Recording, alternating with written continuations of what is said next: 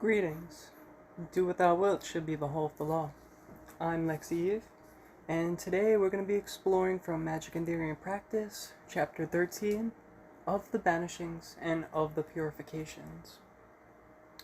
So it's not that long of a chapter, and as the LBRP has been commented on so many times, I've debated whether or not I should even go into the LBRP on this channel, and I have decided I am going to do a full Kabbalistic analysis of the LBRP, since I was looking around and mostly all that's spoken about the LBRP is just how to do it, but I haven't seen any good articles or YouTube lectures or even really lectures in person where anybody goes into a word-by-word Kabbalistic breakdown of the lesser banishing ritual of the Pentagram.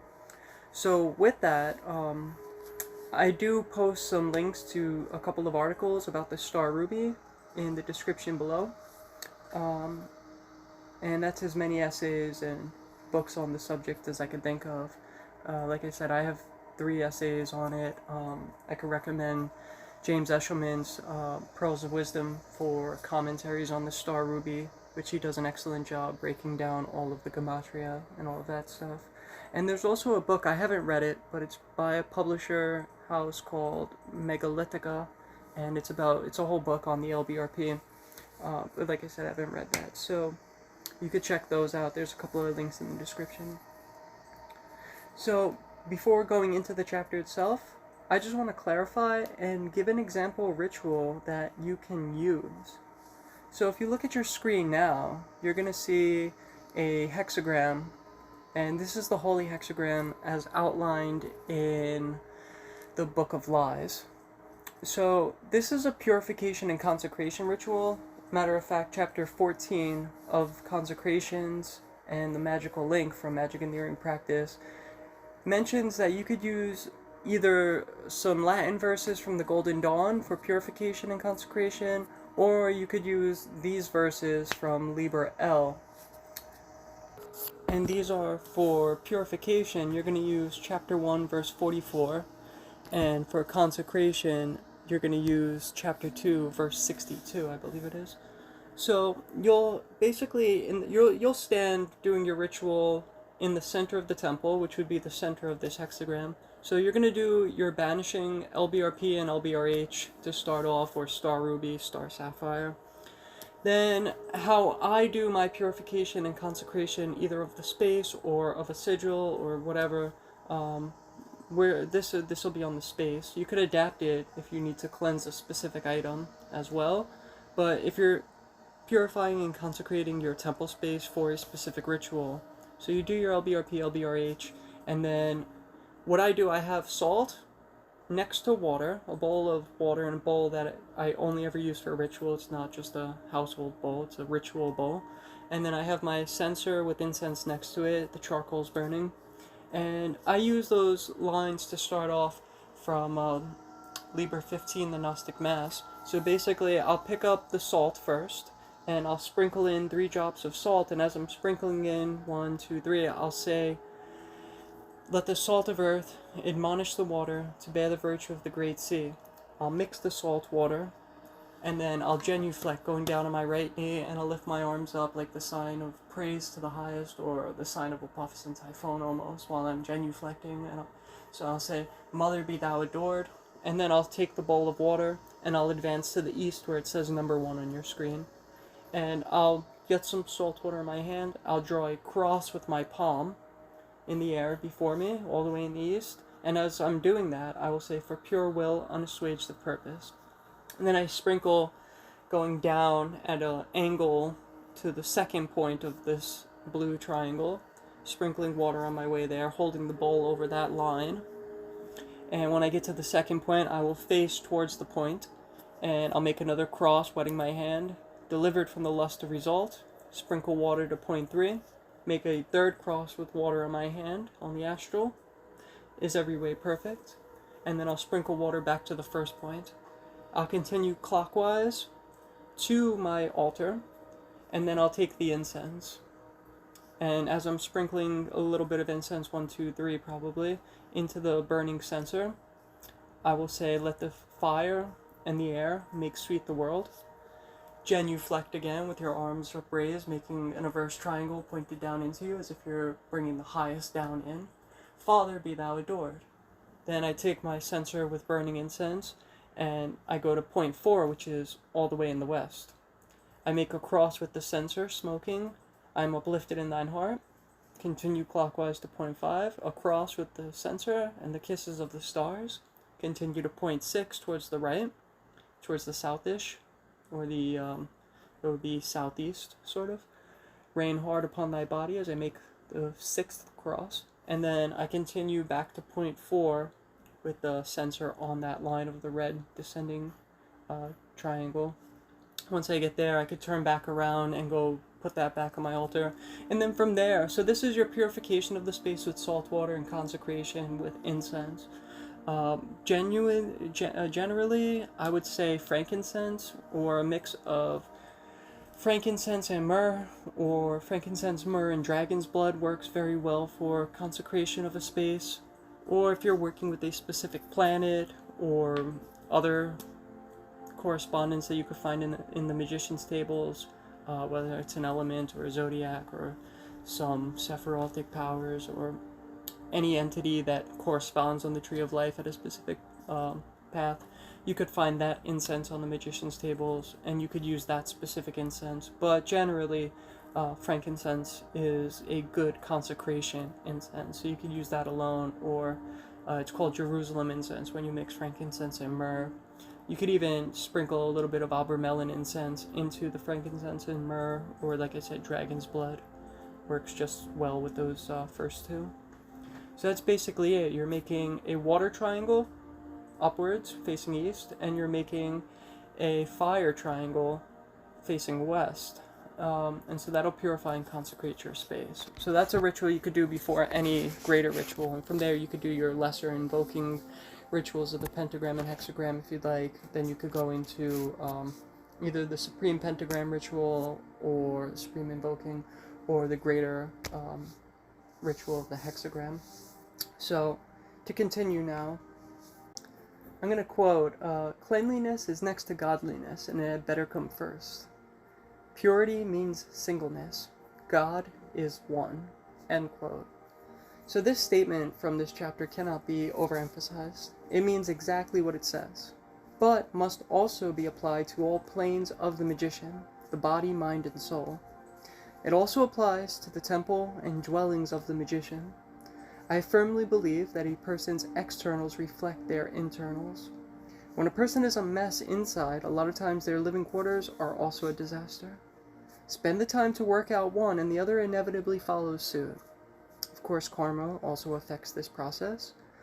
A person can be pure in this lifetime, and yet be harassed and kidnapped, placed in squalor, due to past karma that they didn't do in this lifetime. But in general, I find that if you clean yourself, your apartment, your magical weapons, all of that, your insides are gonna eventually match that. If you work on your insides, your externals generally match that. Back in the day, when there was no indoor plumbing, let's say, it was impossible to shower daily. Thus, old grimoires mandated one's ritual robes be censed with perfume smoke prior to entering the circle. Now, when water is very accessible, there is hardly any reason a magician living in most parts of the world should be physically unclean. It is important. If you are going to invoke a god, do not offend them with body odor. You might be surprised, but I've met many so-called magicians who smell as bad as they look and then going around trying to preach occultism. And to me, that's just not a good look. So to take this a step further, you could actually do a full-on bodily libation, taking a ritual bath. You could look online, there's plenty of things. I use something from, I forget if it's in the OTO first degree papers or if it was in some other documents I have, but there's a prayer using hyssop as a bodily shower libation. I'm not going to go into what that prayer is, but you could find stuff online. There's verses from Psalms that mention different purifications, so you could actually take a ritual bath. In fact, a lot of Afro-Caribbean religions are big on spiritual cleansing through bathing in various herbs and perfumes and incenses, smoking, and all of that. So that's an idea for, let's say you're doing a specific working, you know, you might put herbs that are specific to that planet or whatever into your bath water and bathe in that substance. And that could be your bodily libation prior to ritual. Further, one's magical weapon should also be kept clean. If you use an incense burner or thurible, clean it out after you use it. In this example, the thurible represents the aspirant's aspirations and their fiery spirit, not to mention their mind and will as they blow upon the charcoal. If your censer is unclean, it affects all of these parts of the magician. Quote, if you wish to invoke Venus, you do not succeed if there are traces of Saturn mixed up with it, end quote. If you are going to burn a specific incense based on the magician's table, yet have burned pieces of resin from past experiments, you are creating variables in your magic, and you are not using your magical weapons, but they will end up using you. Likewise, having a rusty sword because you do not take care of it can lead to all sorts of problems of the mind. Quote, the wand is not a wand if it has something sticking to it which is not an essential part of itself, end quote. A broken wand taped up is a broken will. The glue from that tape thus affects your spirit and will and operation in ill ways. And this may seem obvious to most, but again, you may be surprised how easily it is for people to be lazy and not do these simple things. To quote from the beginning of this chapter again, quote, purity means singleness, end quote. See Little Essays Towards Truth by Aleister Crowley for an essay upon chastity, which refers the reader towards the idea of purity. It does not mean what it did in the old aeon, but rather, quote, purity is a passive or at least static quality. It connotes the absence of all alien admixture from any given idea. It is a secondary and derived use of the word, which we find in such expressions as pure milk, which imply freedom from contamination, end quote. Thus, a pure magician is one who is whole and in union. They have reduced themselves down from a complex number all the way to one, just as God is one, end quote. Quote, that is the mere logical commonplace. In magic, one must go much farther than this. One finds one's analogy in electricity. If insulation is imperfect, the whole current goes back to earth. It is useless to plead that in all those miles of wire there is only 1/100th of an inch unprotected. It is no good building a ship if the water can enter through however small a hole, end quote. A magician must be observant of every detail and make sure their work is perfect. One major first step in this process is, quote, to render his circle absolutely impregnable, end quote. To begin this process, learning and performing a few times daily, about 3, maybe 4, of the lesser and greater rituals of the pentagram and hexagram in all variations over time, and the star ruby and star sapphire as well, the supreme ritual of the pentagram, and using the sign of silence constantly for many years. Of course, the work goes farther, as one must remove from their being all the roots of fear and indoctrination. Then they must assimilate everything that they lack which hinders them from attaining unto Kether. But what is a magician's circle? In short, it's your body of light, the aura, the egg-shaped sphere of light surrounding every person. So it includes the space around you, your body, mind, and spirit in all ways. A magician should have peak performance of body, mind, and spirit. That includes good health and the ability to concentrate absolutely upon what they will and only what they will. Quote, if one littlest thought intrude upon the mind of the mystic, his concentration is absolutely destroyed, and his consciousness remains on exactly the same level as the stockbroker's. Even the smallest baby is incompatible with the virginity of its mother. If you leave even a single spirit within the circle, the effect of the conjuration will be entirely absorbed by it, end quote. In such a case, how can one do their will? Instead, a complete being, the impure magician, is like a leaf in the wind, blown this way and that by fleeting thoughts and external pressures. Purification is a lifelong process. One can always fall backwards into behaviors unconducive to their will. The chapter states that the ancients for this reason would go through periods of dietary and sexual restrictions. Even their grooming was thought out to the most minute detail. On that note, all cut nails and hair should be destroyed, lest somebody get a hold of them and gain access to that material and use it to create a link to, do some type of damaging karmic hexing on you or anybody. So dispose of bodily materials appropriately. Burning or flushing down the toilet generally works. But in light of the Lima, our attitude towards these things must be adapted to the individual, and more than anything, the internal purification is the penultimate. Therefore, each person should decide for themselves what their morals and ethics are in any given situation, and adapt them until they are confident that they have found what works for yourself, for you. Find what works for you, your ethics and morals. They are very individual. They must also be true to yourself in all ways. One's social and sexual interactions should be directed according to Liber Oz. One's diet should likewise be considered for their own personal needs, and everything one eats, their food, should be blessed and consecrated to strengthening the body so that they may perform the great work. Saying will is a good means for accomplishing a great part of this. A footnote at this part of the chapter states, quote, "The point is to seize every occasion of bringing every available force to bear upon the objective of the assault. It does not matter what the force is, by any standard of judgment, so long as it plays its proper part in securing the success of the general purpose. Thus, even laziness may be used to increase our indifference to interfering impulses, or envy to counteract carelessness." End quote.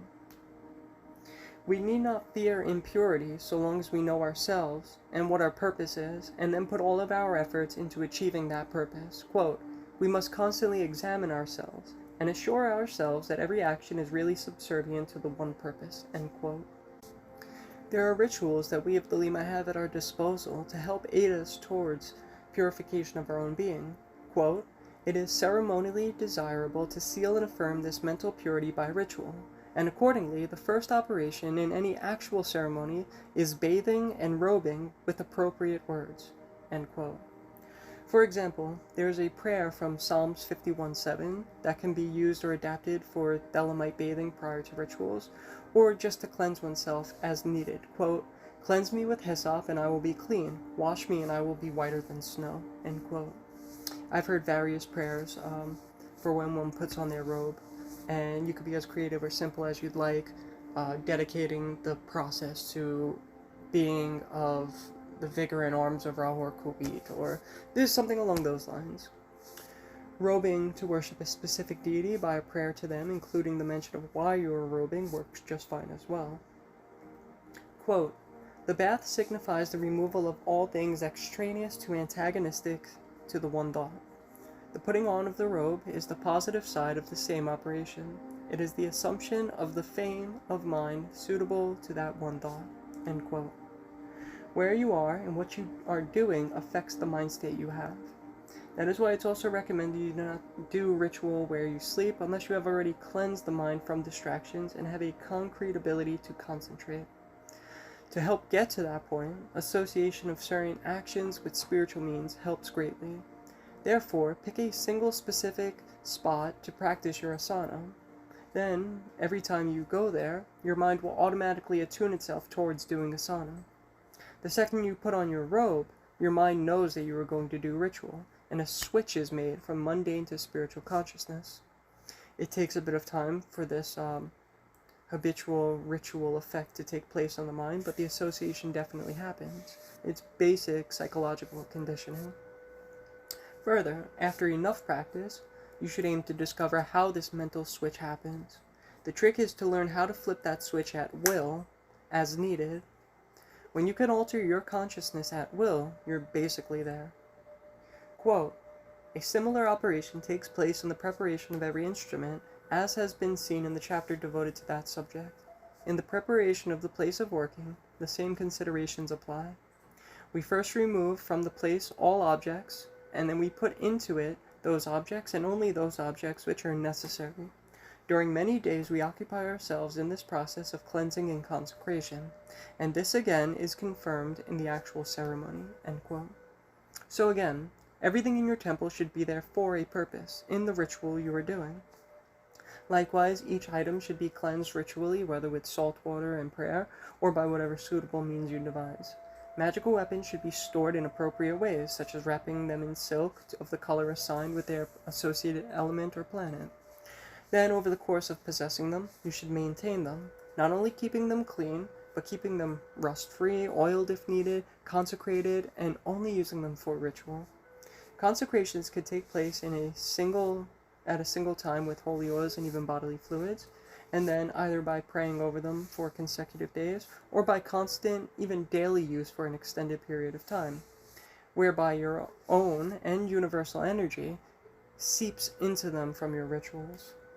Quote, "The cleansed and consecrated magician takes his cleansed and consecrated instruments into that cleansed and consecrated space, and there proceeds to repeat the double ceremony in the ceremony itself, which has these same two main parts. The first part of every ceremony is the banishing, the second, the invoking.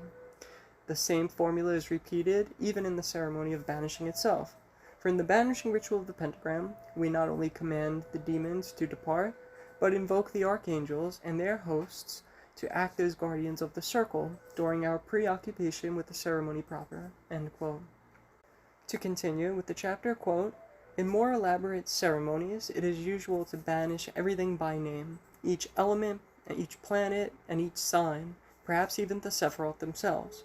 All are removed, including the very one which we wish to invoke, for that forces as existing in nature is always impure. But this process, being long and wearisome, is not altogether advisable in actual working. It is usually sufficient to perform a general banishing, and to rely upon the aid of the guardians invoked. Let the banishing therefore be short, but in no wise slurred, for it is useful as it tends to produce the proper attitude of mind for the invocations." End quote. So I could think of only a few examples where you would need to do something like this. So I have a personal rite with the zodiac, beginning with the 12 greater hexagrams of the zodiac. So in that case, it is beneficial to first banish with the elemental and pentagrams and hexagrams, and then banish with the 12 zodiacal hexagrams before invoking the 12 zodiacal hexagrams. The other example I could think of is the first method of Liber Yod, where the elements, planets, and 10 Sephiroth are banished in turn. The goal here is to remove any and everything that is not in perfect union with the Ein Sof, or the no thing, the limitless light. And even that light is stepped on at the end of that method. Needless to say, if this is done correctly by someone capable, it is a very heavy, even dangerous experiment. Otherwise, the point of banishing everything is simply so that you invoke something, and that it will be absolutely uncontaminated.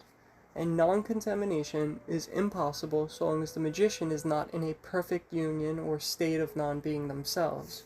So it is not a common need, to say the least.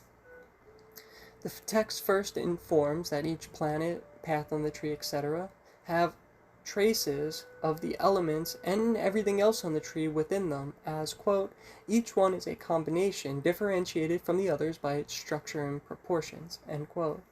Next it warns, quote, "Make exceedingly sure that the ceremony of banishing is effective. Be alert and on your guard. Watch before you pray. The feeling of success in banishing, once acquired, is unmistakable," end quote. Go to Libra O. It says, when you're banishing, you should feel a sense of cleanliness. When you invoke with the LBRP, LBRH, you should feel a sense of holiness. Almost a consecration has taken place. So you should be able to feel, if you do a correct banishing, that there is a cleanliness about the space. This chapter closes saying to pause after your banishings to make sure you feel the effect, and that you should, quote, "Make sure once more that everything necessary to the ceremony is in its right place," end quote. So, now to close this talk, banishing and purification are fundamental to magic, especially in that you remove variables from your circle prior to anything you do. A clean space means you see in control, and that no unknown factor or lingering force will be present. This way, when you do your invocations, you are calling to a specific thing, and that is the only thing that you want to come. That is the only thing that will be present. So, with that, stay tuned for more Magic and Theory and Practice videos, as well as an upcoming video on a full Kabbalistic analysis of the LBRP. And I'm planning on doing an interview with my fiance in the weeks to come. He's the founder of the Congregation of the Lamp of Invisible Light, member of TOT, and he does a lot of service in the Dolomite community, so stay tuned for both of those. I don't say this often, but like, subscribe, comment, share. I'm trying to build this channel into something productive, hopefully to help mostly newcomers or to refresh old timers and keep energy going into this thing we call the Lima. So love is the law, love under will. See y'all in the next one.